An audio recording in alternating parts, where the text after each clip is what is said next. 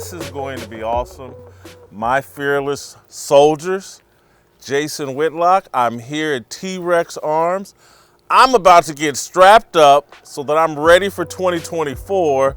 You guys know I have not owned a gun, but after today, Lucas is going to teach me everything I need to know. I can't wait to get strapped up and be safe and be able to protect myself and my family. Everybody's out to get me, but I'm going to be strapped and ready thanks to these guys. Awesome. Let's head inside and let's check some things out.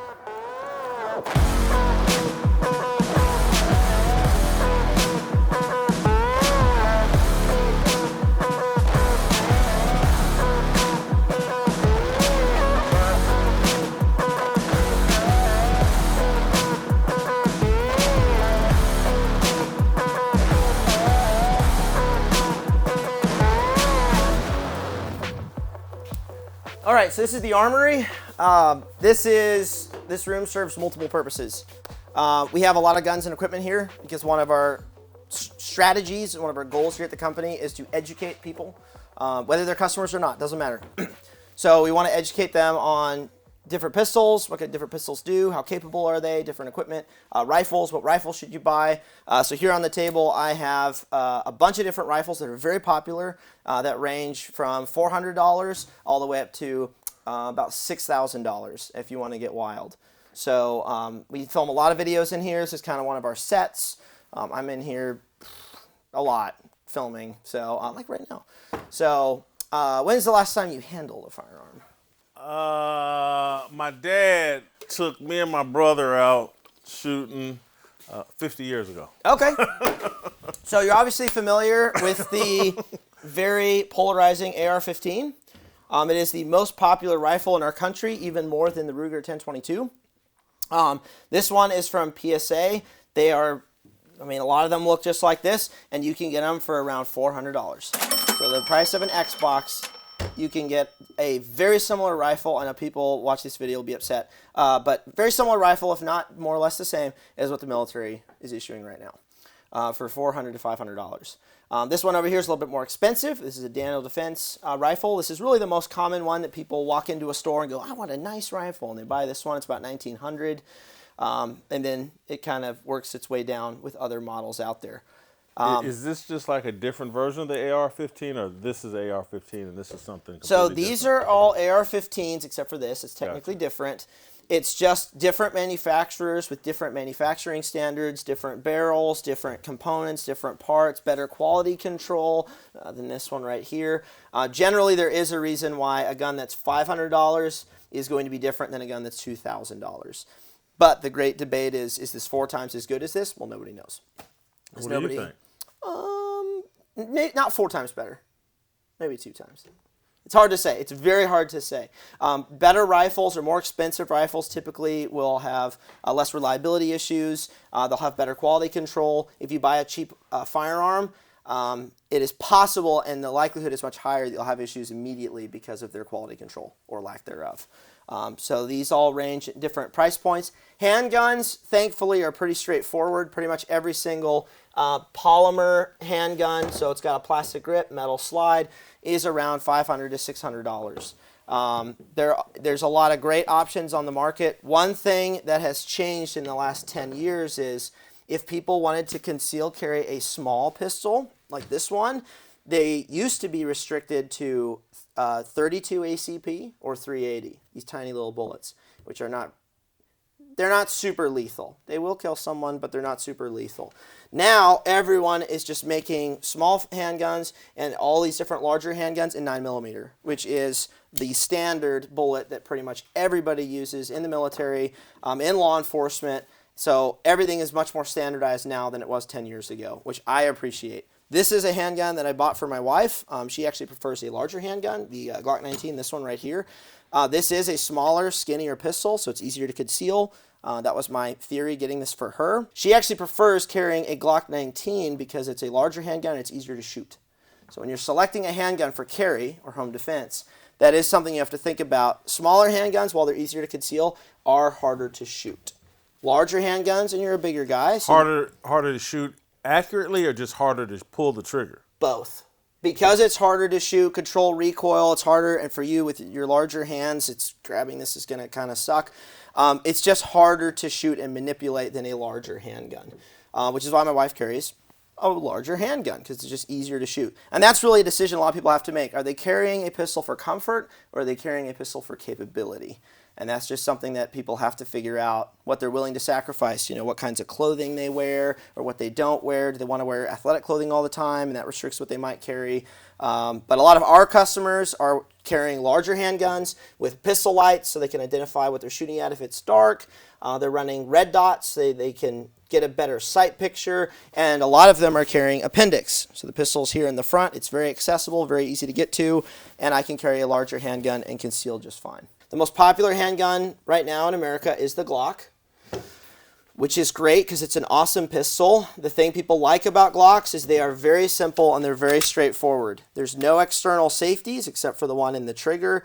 You have a magazine release, you have a slide release or slide stop to lock the slide to the rear if you have to clear a malfunction, and you have the trigger. And that's it.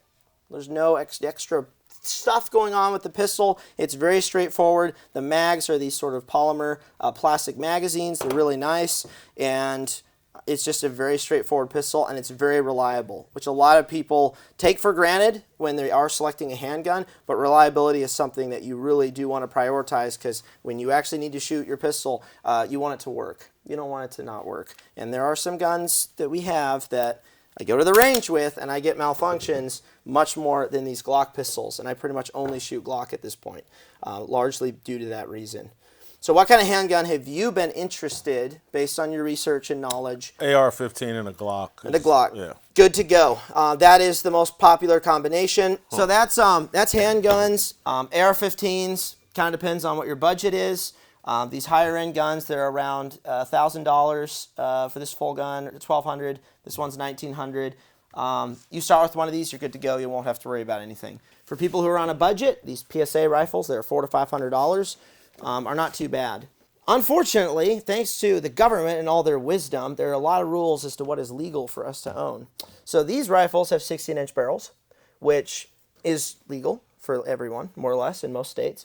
These rifles that are shorter are considered short-barreled rifles, and we have to pay a $200 tax stamp to the government to have permission to own these, and then wait 9 months to get the tax stamp back. It was a tax they imposed back in the 20s. $200 in the 20s was like $180,000 or something at the time, to prevent normal people from being able to own Tommy guns and other kinds of weapons back then. Inflation's actually helped us in this case. Now $200 isn't as bad. But it's an unconstitutional ruling because supposedly this rifle's more deadly than this one, which is actually the opposite. This has a longer barrel. The bullet is coming out at a faster feet per second, faster speed, and that actually causes more damage once the round gets into your body versus these shorter barrels. But there's this lovely workaround that a lot of people have been utilizing for years, where they put a brace on this rifle, which is considered a pistol, so they can wrap it around their arm. That's what Gasson's got. Yeah, it's for disabled people is what it's for. But you don't have to wrap it to your arm. You just, kind of grab it and shoot it. So this is technically a pistol. Again, in the government's infinite wisdom, they like to classify guns like this. There is no $200 weight Not on this fee one. on this one. No. So I've seen Gasson is the president of the Blaze. I've Yeah. seen him travel with this. My thought would be I would keep this at home and I would travel with pistol. a pistol. Is that? Yep. That's very, very common, yeah. Is there any reason really for me to take this outside of my home? Do you hunt with this? These are for home defense. These are for the purpose of the Second Amendment. Yes, you could shoot a deer with these. Yes, you could shoot smaller animals. I shoot skunks and possums and stuff with them. But these are meant for the two-legged variety, is what these were really intended for when they were designed. So this is $1,200. What's this? That one's about the same. And is there a reason to have more than one of these?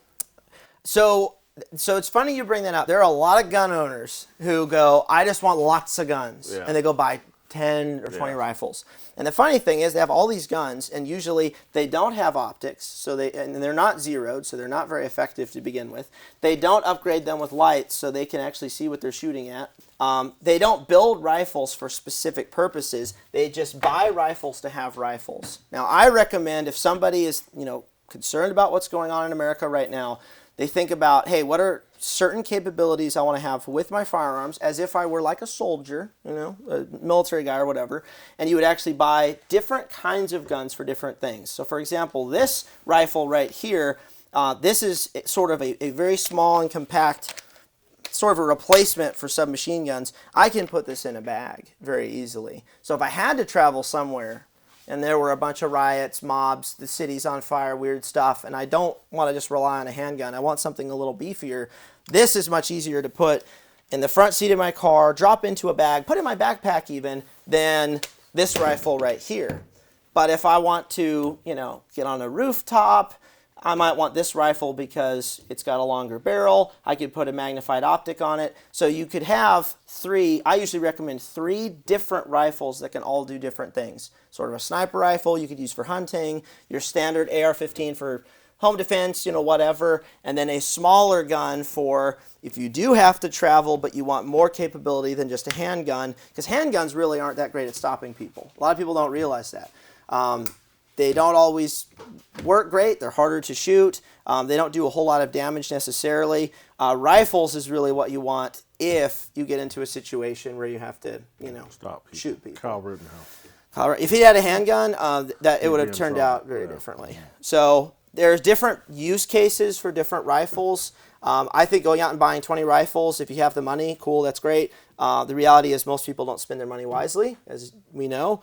And it's better to actually buy specific guns for certain things. This one here doesn't fold up like this one, though. This one does not. This is a special rifle. It's not an AR-15. It operates a little differently, so they can have a folding stock. This AR-15 right here does not have a folding stock because there's a spring that goes back here for the recoil to work. So this one can't fold easily unless you buy a bunch of expensive stuff. This is actually my wife's truck gun. So this can go in her car and she can have a rifle because she asked for one recently. And I said, that is great. I'll buy you a gun. So she has a rifle in her car. I've got one just like it in mine. And we have it just in case. I think I want to go with these two. A Glock and this. We'll take them to the range. We'll shoot them. Yeah. We'll blast them.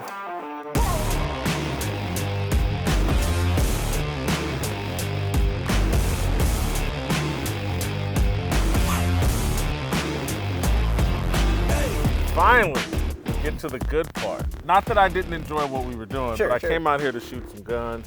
Appreciate these headphones. Oh, absolutely. I've got Sexy Red playing in my ear right now. Nice. You know that song? Oh, I listen to music while I train. I know what you're talking about. No, I don't have music, but anyway, you've told me a lot about these guns. I think we got some Glocks and some ARs out here. What am I about to experience? What do I need to know before I start? Cool. So the first thing is a lot of people are scared of guns because they're scared of what they don't understand. I'm terrified of skydiving. I don't want to do it because I don't know how parachutes work, and I'm afraid I'm just going to splat on the ground because I don't know skydiving. Once you understand how guns work and you understand the basics of gun safety, there is zero reason to ever be scared or terrified of guns. And one of the funniest things about the gun industry is gun owners are some of the people that are the most terrified of firearms because they don't respect them and they don't fully understand them and they don't train enough. So, first things first, we're going to be utilizing the 4 firearm safety rules, which I'm sure you've heard before. I have not. Okay. Well, we're going to treat every weapon as if it are loaded. So if this pistol were in your house on your nightstand because it's your home defense gun, or you're at a friend's house and they have a gun, the first thing I'm going to do is I'm going to assume that gun is loaded. Might be, might not be, but I'm going to treat it as if it were loaded. If I grab the pistol, I'm going to keep my finger off the trigger until I'm ready to fire. So if I'm just looking at a handgun at someone's house or whatever, there's no reason to be going into the trigger guard. My finger's just going to stay off of the trigger while I'm looking at it, inspecting it, checking to see if it's loaded. The next thing is we're not going to aim the gun at anything we're not willing to destroy. So that means flagging someone, aiming at someone as a joke or something like that. If I'm talking to you about the gun and I want to look at it from this side, I'm going to try not to aim it at you. Even if I know it's unloaded and I've looked at it, I'm still going to build a good habit of not aiming at anyone I'm not willing to, destroy. And then the fourth rule is I need to be aware of my target's foreground and background. So in this case, it's pretty simple. We have a bunch of little targets out here. We have this nice berm, so when I shoot this target, the bullet's gonna go right through, hit the dirt, we're good. Where this could matter is, let's say you're out, in the woods somewhere and you're setting up targets. You wouldn't want to set up your targets and the neighbor's house be behind them. Probably not a good idea. So in this case, we're good to go. The way all these firearms work, outside of bolt action rifles and shotguns and revolvers, is you have a magazine well that is going to accept a box magazine full of bullets. So in this case, this holds 17 rounds. It's very nice. That's going to be loaded into the frame of the pistol. Right now, this gun is loaded. I have a magazine full of bullets in the mag well. You heard that click, so it's not coming out. But the pistol is currently not chambered. I still have to take a round from the magazine and put it into the breech or into the barrel. And the way we do this is by reciprocating the slide. And that is actually going to chamber a round into the pistol. You can see it right there.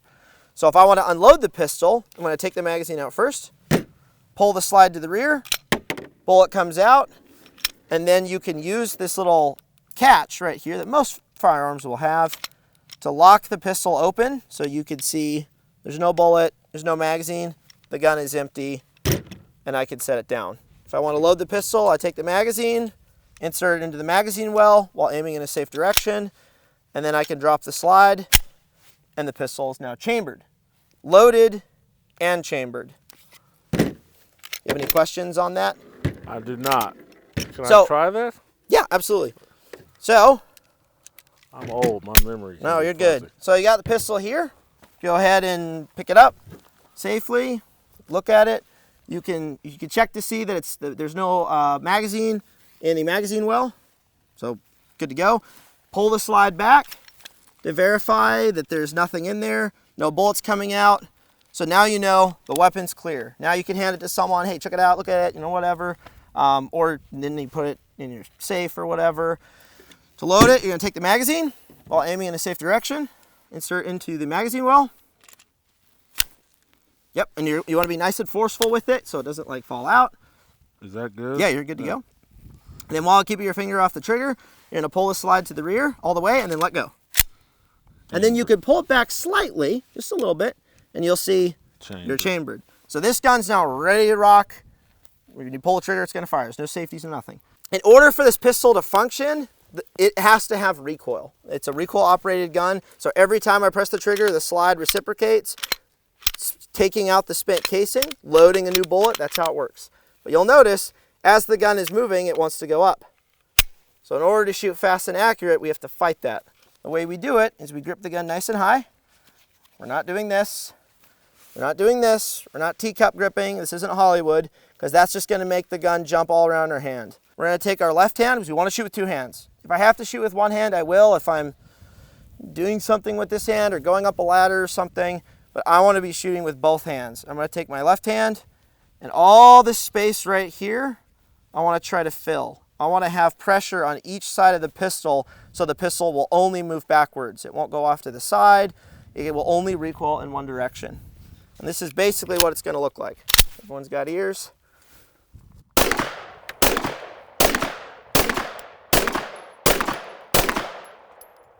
So the gun's not moving that much because I'm gripping nice and tight, and I'm just able to let the gun return. But it requires good technique. So even though someone, like you're a bigger guy, even if someone's a bigger guy or they're jacked or they're big or whatever, if they don't have good technique, the gun's still going to move all over the place. But if you combine muscle, you're big and you're jacked, and good technique together, gun's not going to move very much.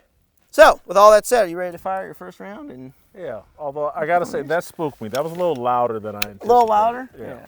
It was louder than I anticipated. Yeah. It's less loud when you're the one pulling the trigger, because you know when it's going to go off. Huh.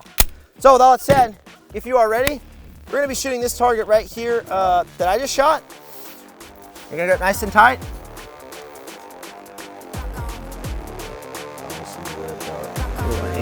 There you go.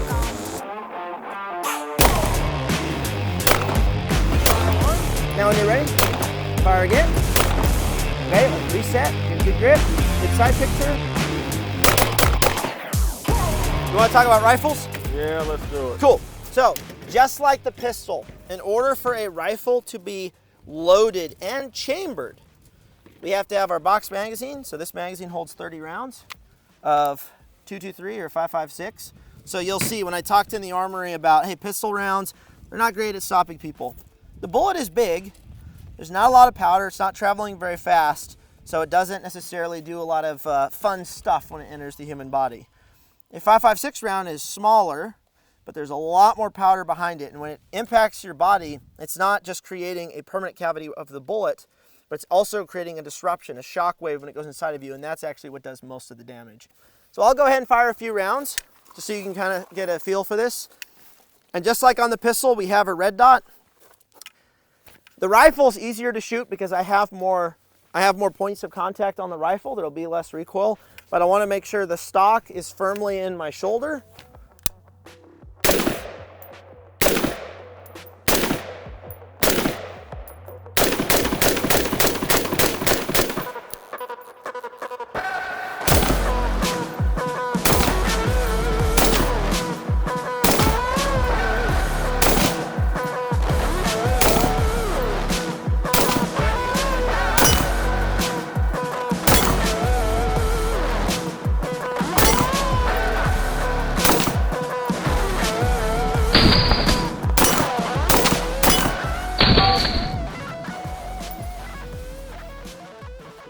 Yeah. See, it's not big evil gun. This is a ghost gun. No, it's. So I can put the safety back on. There you go. And then magazine comes out. Where's the button? Sorry. This finger's gonna hit that. Mag comes out. Perfect.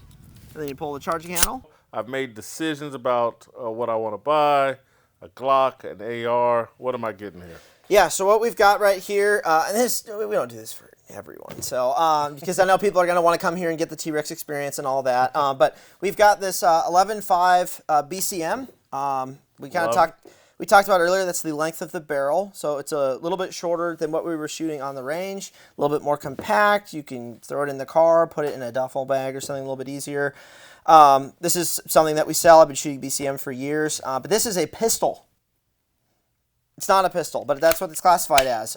So it has this little brace thingy, which you can wrap around your arm if you want, or not. And use, So it comes with a red dot. It's already been zeroed. I've personally shot this gun a couple hundred rounds through this, so this gun's good to go. It's got my stamp of approval, and it's got this aim point red dot on here. And this thing has like 20,000 hours of battery life, so you don't have to turn it off. You leave it on. Oh, wow. You'll want to switch batteries once a year, but you're fine. So you grab it, it's good to go, chamber around, and you're set. That's going to have 3 PMags, 30-round PMags, so you can load those up and you're good to go. And then there's also going to be this Glock. We're grabbing some screws for it that's going to have a red dot on there, which is quite a bit easier to use than lining up iron sights. That's what you were shooting with on the range.